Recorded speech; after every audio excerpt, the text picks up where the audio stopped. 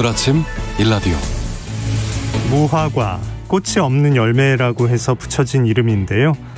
하지만 무화과도 꽃이 핀다는 사실 알고 계셨나요? 늦봄에서 초여름 사이에 연한 홍백색의 꽃이 피지만 안에 숨어 있어서 보이지 않을 뿐입니다. 그리고 그 보이지 않는 꽃이 바로 우리가 먹는 무화과 열매라고 하는데요. 알고 보면 무화과는 열매 자체가 꽃인 거죠. 겉으로 드러내지 않고 안으로 피고 그 자체로 단단해져서 달고 부드러운 맛을 내는 무화과. 만약에 무화과가 사람이라면 수줍은 많지만 자기 일은 묵묵히 하며 조용히 열매를 맺는 사람일 것 같은데요. 누구나 화려한 꽃을 피우려는 세상 속에서 묵묵히 자신만의 꽃을 피우는 사람들, 어쩌면 무화과 같은 사람들이 필요한 요즘입니다. 8월 11일 수요일 오늘 아침 일라디오 출발합니다. 저는 아나운서 김재홍입니다.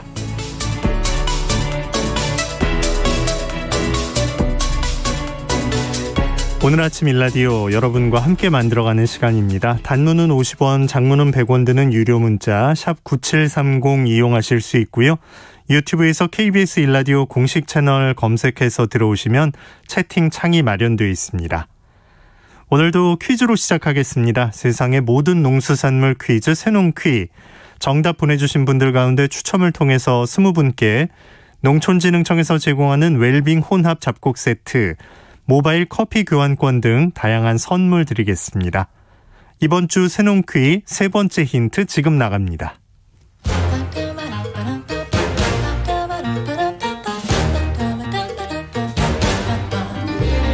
우리 땅, 우리 바다에서 자란 맛있고 건강한 우리 농수산물을 알아맞히는 세상의 모든 농수산물 퀴즈, 새농퀴.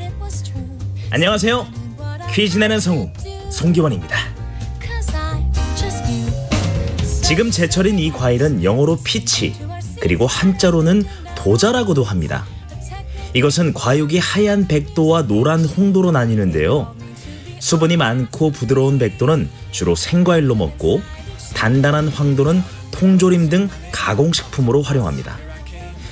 이것의 원산지는 중국으로 실크로드를 통해 서양으로 전해졌는데요.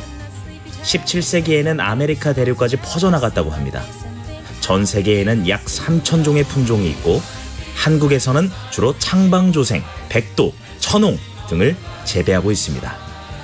아직도 헷갈리시는 분들을 위해 오늘도 힌트를 준비했습니다. 선생님 오셨군요. 하늘에서 눈이 내려와요 라는 명대사를 남겼던 맹구 기억하시죠? 맹구가 다녔던 학당 이름이 봉숭아 학당인데요. 이것의 발음이 봉숭아와 매우 비슷합니다. 봉숭아와 발음이 비슷한 과일, 이것은 무엇일까요? 정답 아시는 분들은 단문 50원, 장문 100원이 드는 유료 문자 샵 9730으로 보내주세요. 20분께 행운의 선물을 드리겠습니다.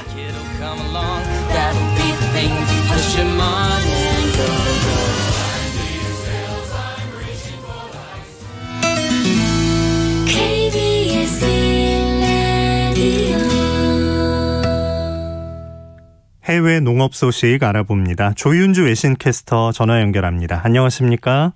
네, 안녕하세요. 네, 이 시간에 국제 원자재 가격에 대해서 계속 살펴봤었는데 최근에는 코로나 변이 바이러스가 확산하고 있는데 그 여파 때문에 소비와 수요가 좀 줄어들어서 원자재 가격이 떨어졌다고요? 네, 맞습니다. 델타 변이 확산 여파로 소비, 수요가 각각 꺾이면서 경제 전망도 하향 조정됐고요. 그래서 세계 경기 회복에 대한 기대감도 좀 꺾이면서 고공행진하던 원자재 가격 하락세로 돌아섰습니다. 네. 블룸버그 통신 보도에 따르면 뉴욕 상업거래소에서 9일 9월물 서부 텍사스 중진류 가격이 전일 대비해서 1.8달러 하락하면서 배럴당 66.48달러로 장을 마감했습니다. 그리고 런던 선물거래소에 거래되는 10월물 브렌트유 가격도 전날 대비 1.66달러 하락하면서 배럴당 69.04달러로 장을 마감했습니다. 뿐만 아니라 옥수수, 밀, 대두 등 원자재 가격도 줄줄이 떨어졌는데요. 특히 밀 선물 가격은 부시엘당 1.5% 하락한 7,825달러 기록했습니다. 밀 가격의 지난주만 하더라도 미국 판벨트, 그러니까 중서부 농업 지역의 가뭄 여파 때문에 가격 상승 압력을 받았다가 떨어진 거고요. 돈육 가격도 이날 하락세를 기록했고요. 구리, 금 선물 가격 모두 1%대 낙폭을 기록했습니다. 이렇게 주요 상품 가격이 하락한 이유는 전 세계 코로나19 재확산 우려 때문입니다. 특히 세계 1, 2위 경제 대국인 미국과 중국의 상황이 심상치 않은데요. 미국의 최근 일주일간 하루 평균 신규 확진자 수가 10만 8천 명대로 6개월 만에 최고치를 기록했습니다. 그리고 중국의 국가위생건강관리위원회에 따르면 10일 기준 코로나19 신규 확진자가 143명이라고 발표했는데요. 전날에 발표한 125명보다 더 늘어났습니다. 중국이 공식 발표한 신규 확진자 수가 물론 다른 나라에 비해서 적긴 합니다만 델타 변이 확산으로 중국이 이른바 코로나19 제로 전략이 흔들릴 수 있는 것 아니냐라는 우려가 나오고 있습니다. 중국은 작년에 강력한 봉쇄 조치로 코로나19를 조기에 차단해서 아주 견고한 경제 성장률을 기록했는데요. 최근에 중국 전역에서 집단 감염이 나오면서 중국의 경기가 둔화될 것이라는 전망이 나오고 있습니다. 한 시장 관계자는 경제 성장 둔화 조짐이 나타나면서 정책 당국이 딜레마에 빠졌다며 중국의 이동 제한 조치 등 강력한 봉쇄 조치가 공급망에 추가적인 압박을 가할 것 같다라고 전망했습니다. 네. 자, 중국에선 또 탄저병 환자가 발견됐다고 하는데 좀 자세히 알아볼까요? 네, 그렇습니다. 말씀드린 것처럼 중국이 코로나19 확산을 막기 위해서 대대적으로 방역을 강화하고 있는데요. 그 와중에 탄저병 환자가 나온 겁니다. 중국 현지 매체에 따르면 베이징시 질병예방통제센터가 지난 9일 진찰을 받기 위해서 베이징시로 온 환자를 진찰했더니 호흡기 탄저병으로 확인이 됐습니다. 이 환자는 베이징 허베이성 청도시 만주족 몽고족 자치현 출신이고요. 소, 양 같은 가축과 접촉을 했고 발병 나흘 후에 구급차를 이용해서 베이징에 있는 병원으로 이송이 된 겁니다. 베이징시 당국은 즉시 격리 조치를 취했고 엄격한 통제하에 병원에서 이 환자를 치료 중인 것을 알려졌습니다. 최근 몇 년 사이에 베이징에서 이렇게 탄저병에 복원된 것은 이번이 처음인데요. 탄저병은 탄저균에 감염돼서 발생하는 급성 감염 질환이고 사람과 가축의 공통 전염병입니다. 네. 사람에게 감염되는 탄저병의 95%가 피부 탄저병이고요. 호흡기 탄저병의 경우에는 초기 증상이 감기와 유사하지만 며칠이 지나면서 심각한 호흡곤란, 쇼크로 이어진다고 합니다. 이 호흡기 탄저균은 사망률이 97%에 달할 정도로 치명적이고요. 이외에 소화기 탄저병이 있습니다. 탄저병도 종류가 이렇게 나눠지는군요. 네네. 사람, 가축 공통이라고 하는데 주로 목축업 지역에서 발생하는 건가요? 네, 맞습니다. 중국의 질병예방통제센터 자료에 따르면 최근 10년간 중국에서 매년 300에서 500건의 탄저병 감염이 보고가 되는데요. 사망자 수는 그렇다고 많은 건 아니라고 합니다. 미미합니다. 탄저병의 주요 발생 지역은 중국 서북 지역과 서남 지역인데요. 전체 발생 건수의 90% 이상 차지합니다. 그리고 말씀하신 것처럼 해당 지역은 목축업을 주로 하는 지역이고요. 매년 6월부터 9월까지 발병률이 가장 높은 시기라고 합니다. 탄저병은 소, 양 등 목축업 그리고 도살업 종사자, 수의사에게 자주 발생한다고 하는데요. 베이징시 질병예방통제센터는 해당 업종 종사자에게 주의를 당부했고 베이징시에서 판매되는 소, 양 관련 제품은 엄격하게 검역을 통과했기 때문에 현재로서는 안심하고 식용해도 무방하다라고 밝혔습니다. 네. 자, 중국도 역시 코로나19 방역에 상당히 신경을 곤두세우고 있는데 그 수입 물품을 차단해버리는 강경 대응도 하고 있다고요? 네, 맞습니다. 중국이 코로나19 방역에서 가장 신경을 곤두세우는 것은 해외에서 유입되는 것을 차단하는 건데요. 지난달 말에 난징공항에서 시작된 델타 변이가 중국 전역으로 확산되면서 제2의 우한 사태 우려까지 나오고 있습니다. 중국 세관은 지난달 말에 인도가 수출한 새우 컨테이너 1000개를 거부했다고 하는데요. 새우 포장지에서 코로나19 양성 반응이 나왔다는 이유 때문이었습니다. 인도 측은 중국의 조치는 과학적 근거가 없는 고의적인 도발이자 보복이라면서 강력히 했습니다만 중국은 막무가내였습니다.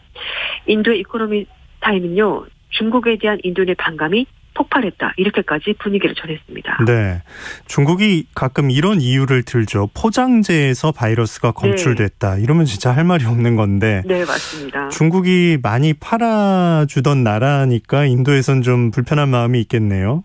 네, 인도가 세계 최대 새우 수출국이고요. 중국은 인도산 새우를 두 번째로 많이 소비하는 나라라고 합니다. 인도가 절대적으로 그래서 중국에 의존하는 그런 구조인데, 그럼에도 불구하고 6월 이후에 중국이 수입을 불허한 인도 제품은 70여 건에 달합니다.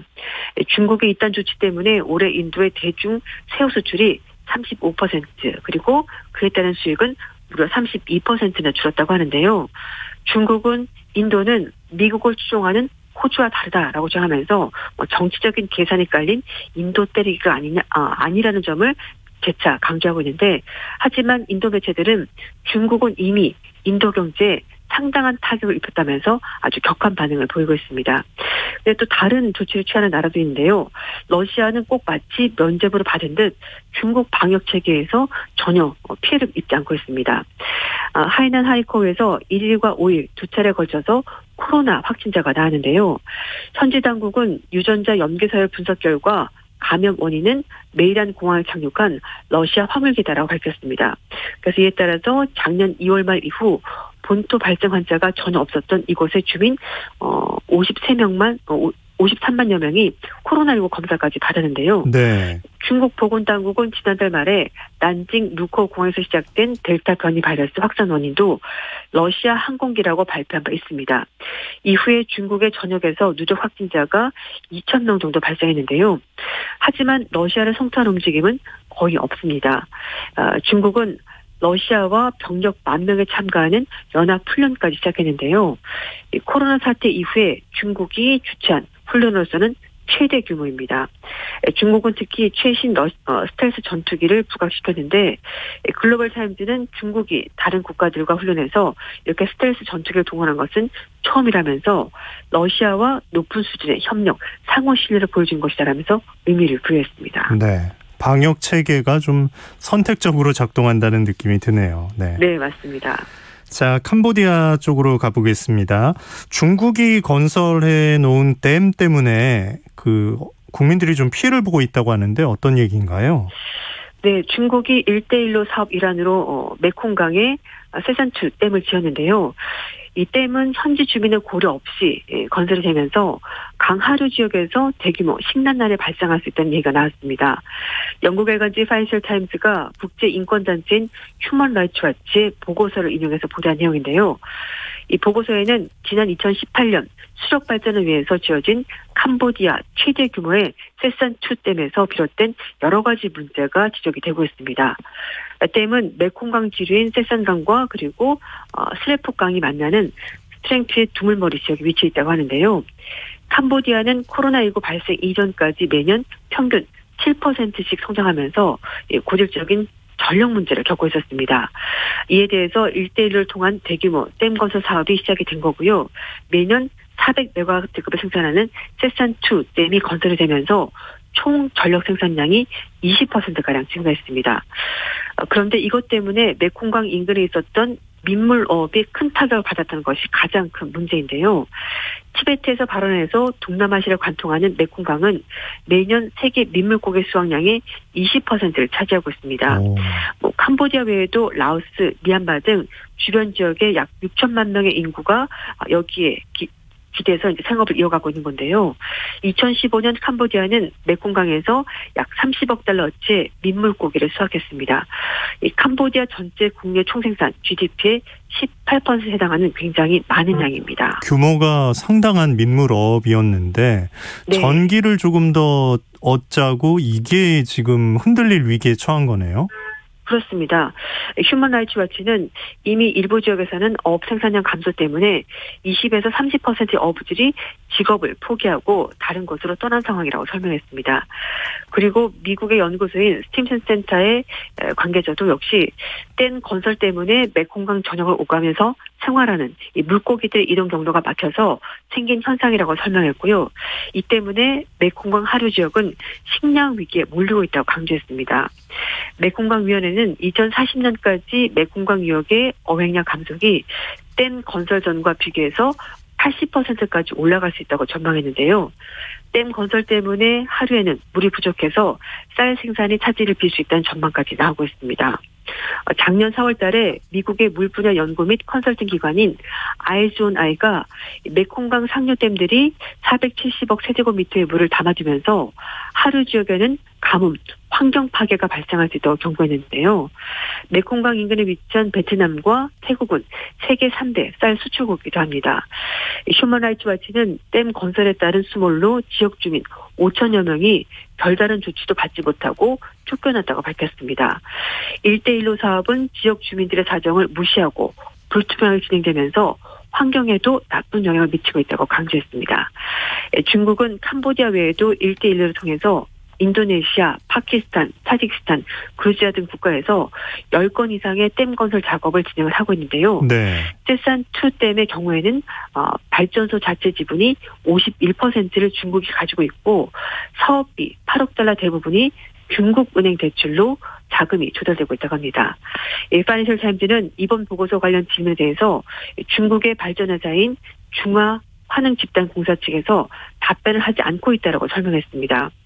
앞서서 댐 건설로 인해서 문제에 대해서 중국의 수산연구소는 작년 7월 달에 댐이 우기의 물을 저장하고 건기에 방류하기 때문에 가뭄을 유발하는 것이 아니고 문제를 완화하는 데 도움이 되는 것이라고 강력히 반발했습니다. 네, 해외 농업 소식 조윤주 외신캐스터와 함께했습니다. 고맙습니다. 감사합니다.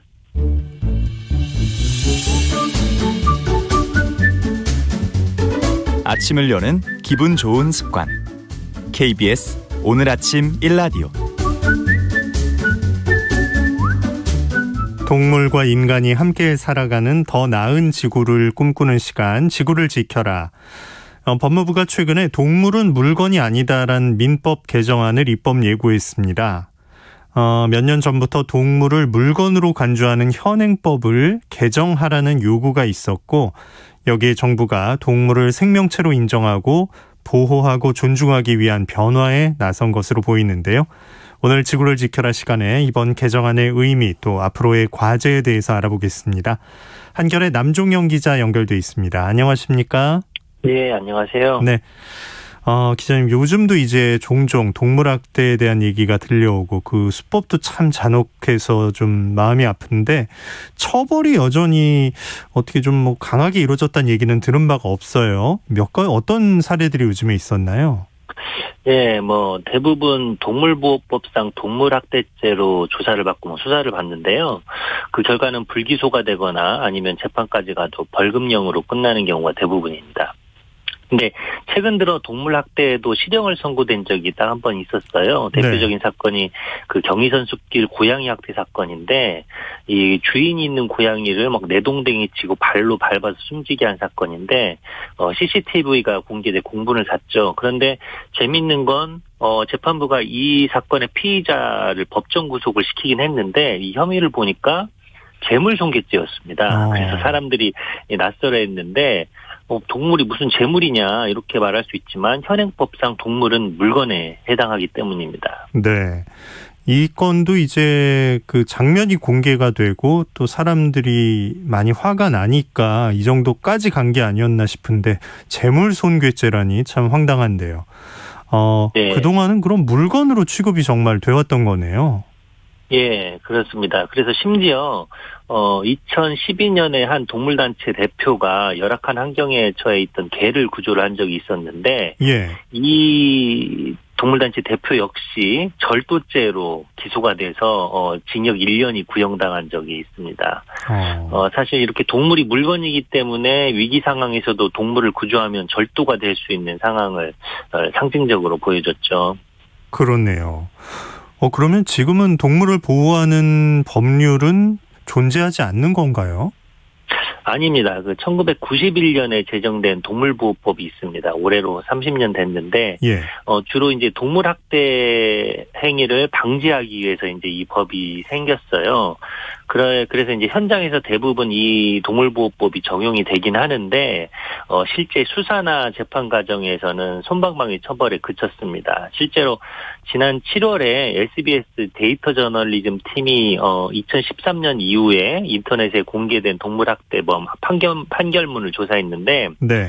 일단 동물학대 금지 위반만 적용된 판결문만 봤더니 116건이었고 122명이 기소됐습니다. 이 가운데 82.8%가 벌금형이었어요. 그리고 실형은 0.8% 단 한 건뿐이었고, 특이한 게 벌금형 평균 X가 150만 원밖에 되지 않았습니다. 이걸 보면은 법원의 선고 형량이 전체적으로 가볍고, 그리고 판사에 따라서 들쑥날쑥한 경향도 있었고요. 또 주인 없는 동물에 대해서는 선고 형량이 좀 약해지는 경향이 있었습니다. 동물이 물건이니까 이렇게 된 것 같습니다. 네. 그동안 우리 법에선 이런 식으로 좀 판결을 해왔던 것 같은데, 물건이라는 좀 그 뿌리 깊은 생각들, 또 뭐 주인이 없다면 더더욱 그렇다고 하니까 이런 솜방망이 처벌 고리가 끊어지지 못했던 것 같은데, 이번에 개정을 한다고 하는 건 그럼 어떤 내용을 담았나요? 네. 일단 현행 민법 98조가 이렇게 되어 있습니다. 본법에서 물건이라 하면 유체물 및 전기, 기타 관리할 수 있는 자연력을 말한다. 이렇게 돼 있는데요. 그래서 이제 동물이 이 유체물에 해당한다 해서 물건으로 취급됐는데, 법무부가 입법 예고를 해서 이 조항 뒤에 98조에 2를 추가해서 동물은 물건이 아니다라고 이렇게 규정을 한 겁니다. 네. 물건이 아니다라고 이제 달아놓은 선언적으로 규정을 한 거죠. 예. 그러면 이게 동물보호법에서 얘기하는 것과 이제 좀 이게 함께 나아갈 수 있게 된 건가요? 어떻게 된 겁니까? 동물보호법에서 정의하는 동물과 민법에서 정의하는 동물이 조금 다릅니다. 동물보호법은 학대 방지가 법의 주요 목적이기 때문에 네네. 신경계가 발달한 척추동물만 동물로 보고 있고요. 근데 이 민법은 그런 거에 제한 없이 모든 동물을 다루게 됩니다. 물건이 아니다라고 선언을 해줬어요. 네. 이런 얘기를 좀 듣고 많이 좀 막혔던 속이 뚫린다 이런 얘기하는 분들 계시겠네요. 예, 그렇습니다. 사실은 동물이 동물이 물건이다라고 좀 이상하다고 생각을 하셨을 거예요. 맞지가 않죠. 예. 그래서 여론조사를 한 적도 있었는데 국민 10명 중 9명이 이 개정에 대해서 반대한다라고 답한 적도 있었죠. 그래서 법무부가 이번에 그 입법 예고를 내놓으면서도 동물 보호에 대한 관심을 가진 시민이 점점 더 늘고 있는데, 기존 민법 조항이 동물 보호 의식을 끌어올리는 데는 좀 걸림돌이 되고 있다, 이렇게 밝히기도 했습니다. 네. 자, 그러면 이제 앞으로 어떤 점들이 조금씩 달라질까 관심이 생기는데, 일단 동물학대에 대한 처벌 수위 어떨까요? 예. 일단 동물을 물건으로 취급하는 거, 그리고 동물을 생명으로 보는 거, 이런 것 차이에서는 동물학대에 대한 처벌 수위가 좀 근본적으로 달라질 것 같습니다. 좀 더 동물학대에 대한 처벌 수위가 높아질 것으로 기대가 되는데요. 이를테면 주인이 없는 길고양이나 유기견에 대해서 학대를 했다, 이러면 지금까지는 처벌 수위가 좀 낮은 경향이 있었는데, 왜냐하면 동물이 물건이니까, 그리고 소유자가 없으니까 그런 판결이 나오는데요. 앞으로는 동물을 생명으로 보게 되니까 그 판례가 좀 처벌이 좀 더 엄격해지는 식으로 판례가 쌓일 것으로 기대가 된다고 볼 수 있습니다. 예. 아까 처음에 얘기한 그 개를 구조했는데 절도죄가 된 거, 이런 일은 이제 없겠네요. 예, 그렇습니다. 그래서 동물보호단체가 예전과 달리 좀 더 적극적으로 구조활동을 펼칠 수 있으리라 예상이 됩니다. 그리고 행정기관에서도 그 동물보호법에 따라서 구조를 하는데요. 사실은 기존에는 실제 동물을 구조한다고 해도 좀 가지고 있다가 다시 원소유주에게 인계하는 경우도 되게 많았거든요. 왜냐하면 사유재산을 침해하지 않는 선에서 해야 되기 때문에 적극적으로 구조를 한다기보다는 약간 팔짱을 낀다거나 아니면 발만 동동 굴리는 상황이 많았죠. 이런 상황도 좀 개선이 될 거라고 봅니다. 그러면 반대로 이제 그 반대쪽 입장에서는 이제 도로 이거는 내 소유다 이렇게 주장할 그 물건은 아닌데 다른 식으로 이게 또 좀 어떤 식으로 해결이 될지 이 부분도 좀 궁금해지네요.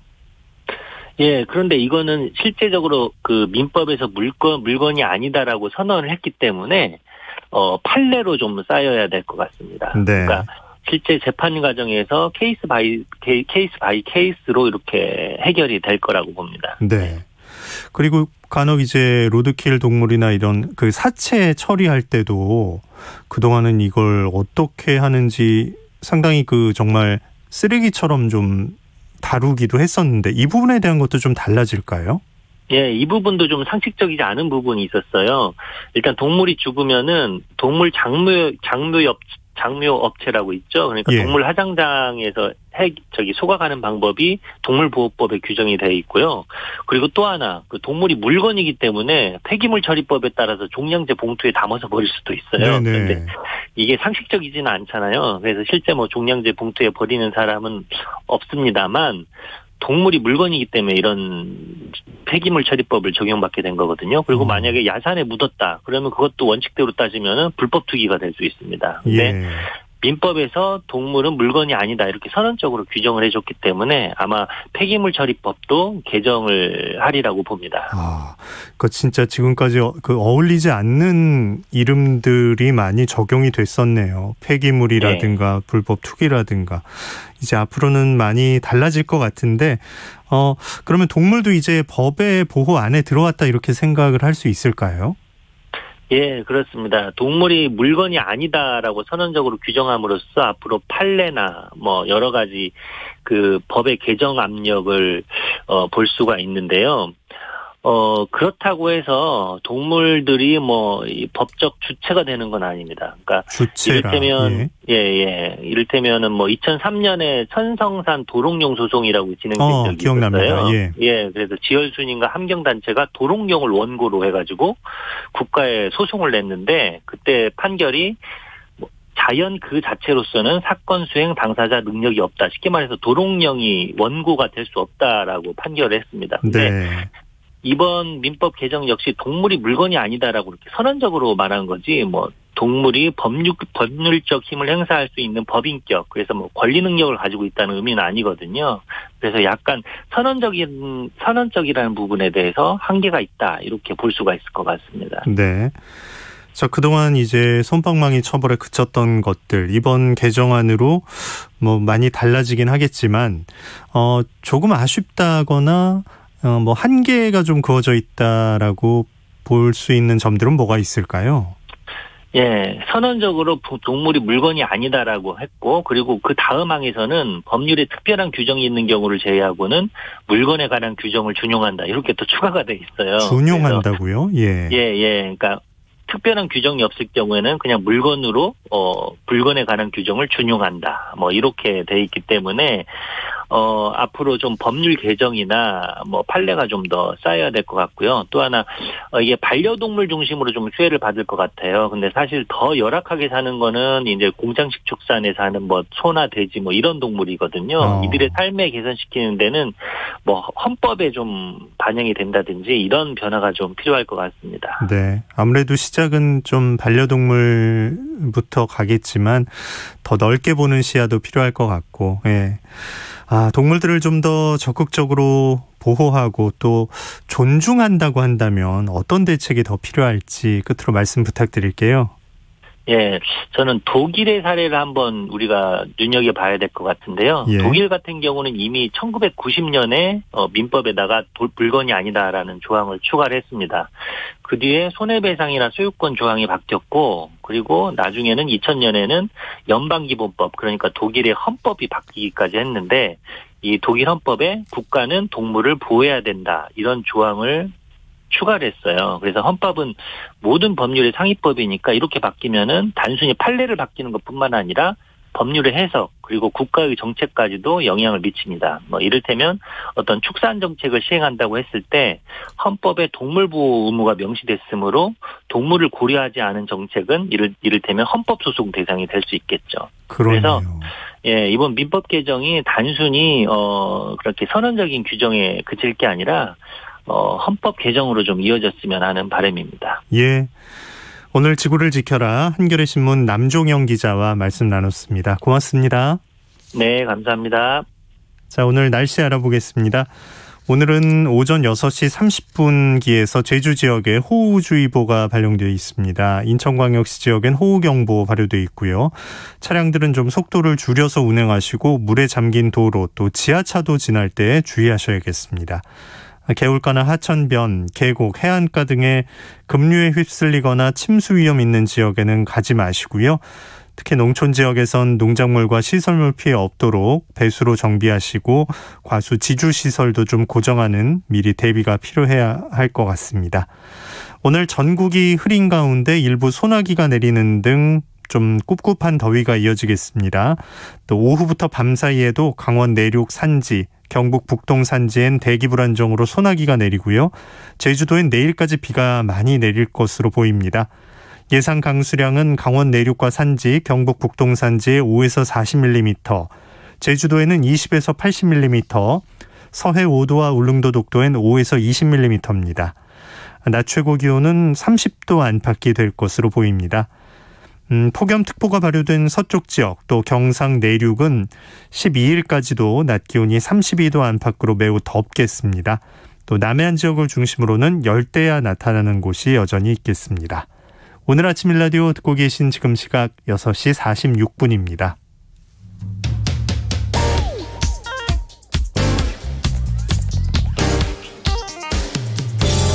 오늘 아침 뉴스 브리핑 정상근 기자와 함께합니다. 안녕하십니까?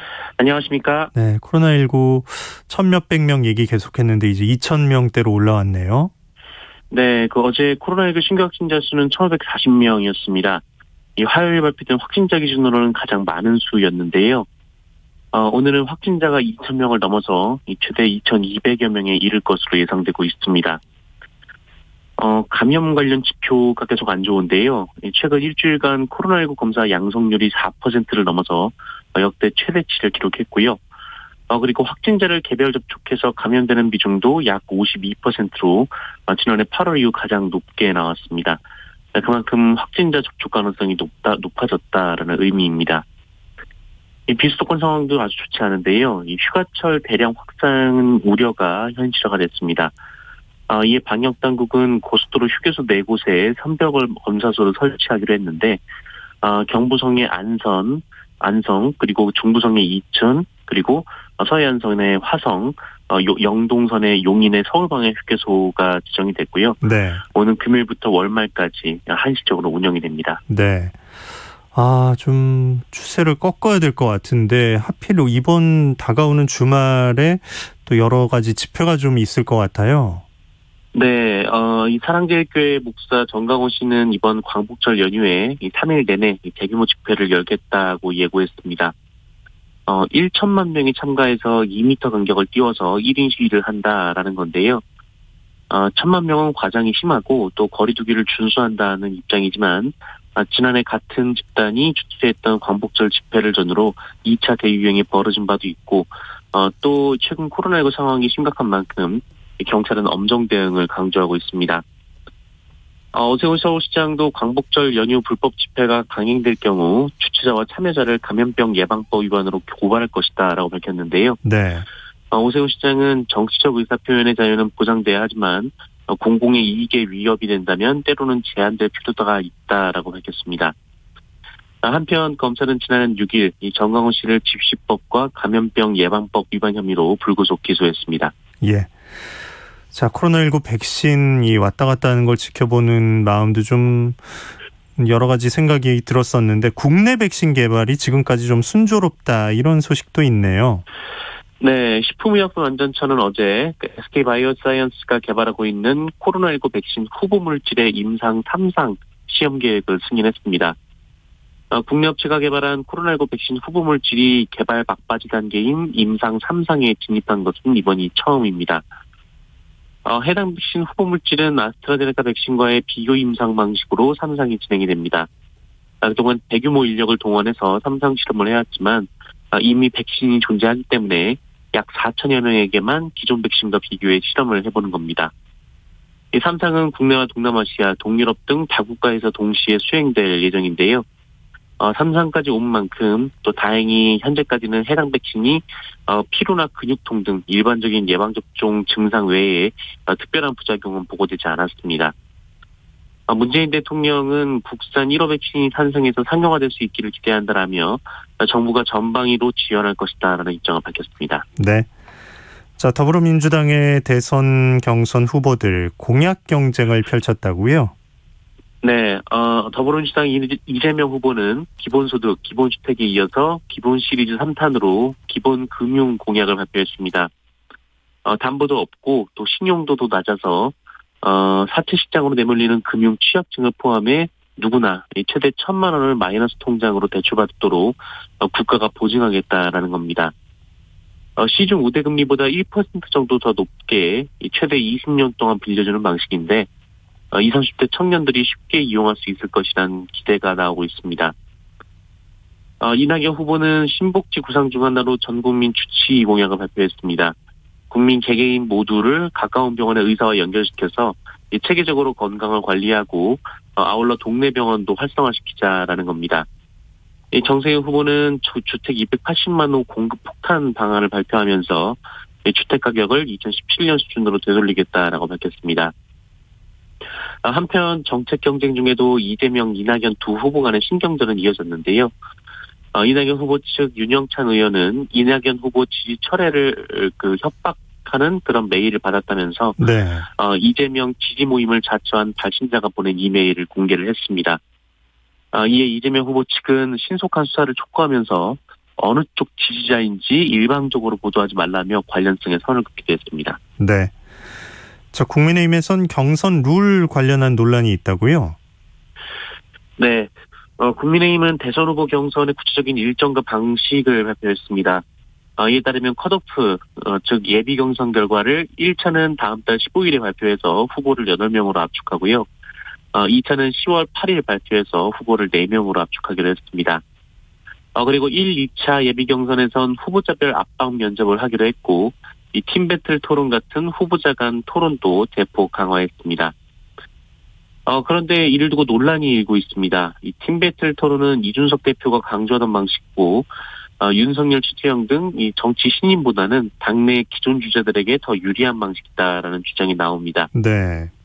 윤석열 전 총장 측은 누구를 위한 경선 방식이냐라고 불만을 토로했고 또 원희룡 전 제주지사는 이 경선 아이디어의 상당 부분이 이준석 대표로부터 나오고 있다면서 대표가 관심을 끊어야 한다라고 말했습니다. 최고위원회 내부에서도 경선 방식을 누가 결정하느냐를 두고 이 김재원 최고위원과 이준석 대표 간의 설전이 이어졌습니다. 네. 자, 한미연합훈련이 시작이 됐는데 북한이 여기에 반발해서 통신을 이제 중단했다고요? 네, 어제부터 한미연합훈련 사전연습이 시작됐는데요. 이에 대해 김여정 북한 노동당 부부장이 한미연합훈련 개시를 맹비난하는 담화를 떠냈습니다. 김여정 부부장은 해당 훈련이 북한에 대한 침략적 성격이다라고 규정하고요. 그러면서 우리 측에 배신적인 처사에 강한 유감을 표한다라고 말했습니다. 특히 위임에 따라 이 글을 발표했다라고 밝혀서 이번 담화가 김정은 노동당 총비서의 지시에 따라 나온 것이다라는 해석이 다 나오기도 합니다. 그리고 어제 오후에 남북 간의 전기통신도 중단이 됐습니다. 오후 4시 동해 서해지구 군 통신선 이 전기 통화가 중단이 됐고 5시에는 남북 공동 연락사무소 마감 통화도 이루어지지 않았습니다. 어제 아침까지만 해도 통화가 이루어졌지만 오후에 북측은 남측의 연락에 응답하지 않았습니다. 담화 이후 북한의 군사적인 움직임은 포착되지 않았는데요. 하지만 이 통신선을 차단하는 북측의 갑작스러운 반응에 정부는 상황을 예의주시하고 있습니다. 네, 뉴스브리핑 정상근 기자와 함께했습니다. 소식 고맙습니다. 고맙습니다. 자, 6770님 문자 보겠습니다. 늘 유익한 정보 감사합니다. 아파트 경비원으로 근무하면서 매일 아침 듣고 있습니다 하셨고요. 2330님 매일 과수원에서 일하면서 잘 듣고 있습니다. 지금은 고추 따는 중입니다 하셨네요. 6311님 공기가 제법 시원합니다. 조기찌개 하려고 손질하고 있네요. 밥 먹고 힘차게 출발하려고요 하셨고요. 6132님 지금 첫 출근하고 있어요 하셨습니다. 서울에서 성남으로. 그런데 벌써 차가 엄청 많아요 하셨습니다. 첫 출근 축하드립니다. 자, 지난 8일에 고성에서 아프리카 돼지열병이 확진됐었죠. 이 확산을 막아내기 위해서는 전국 양돈 농장 모돈사의 외부인 출입 통제해 주시고요. 또 공사하는 것도 좀 미루셔야겠습니다. 축사 출입할 때는 손소독, 또 장화 갈아 신기, 또 발생 지역 야산과 농경지 출입 금지 등의 농장 방역 수칙 꼭 준수하셔야겠습니다. 오늘 아침 1라디오 수요일 순서 함께 하셨습니다. 아나운서 김재홍이었습니다. 내일 아침 6시 15분에 다시 찾아오겠습니다. 고맙습니다.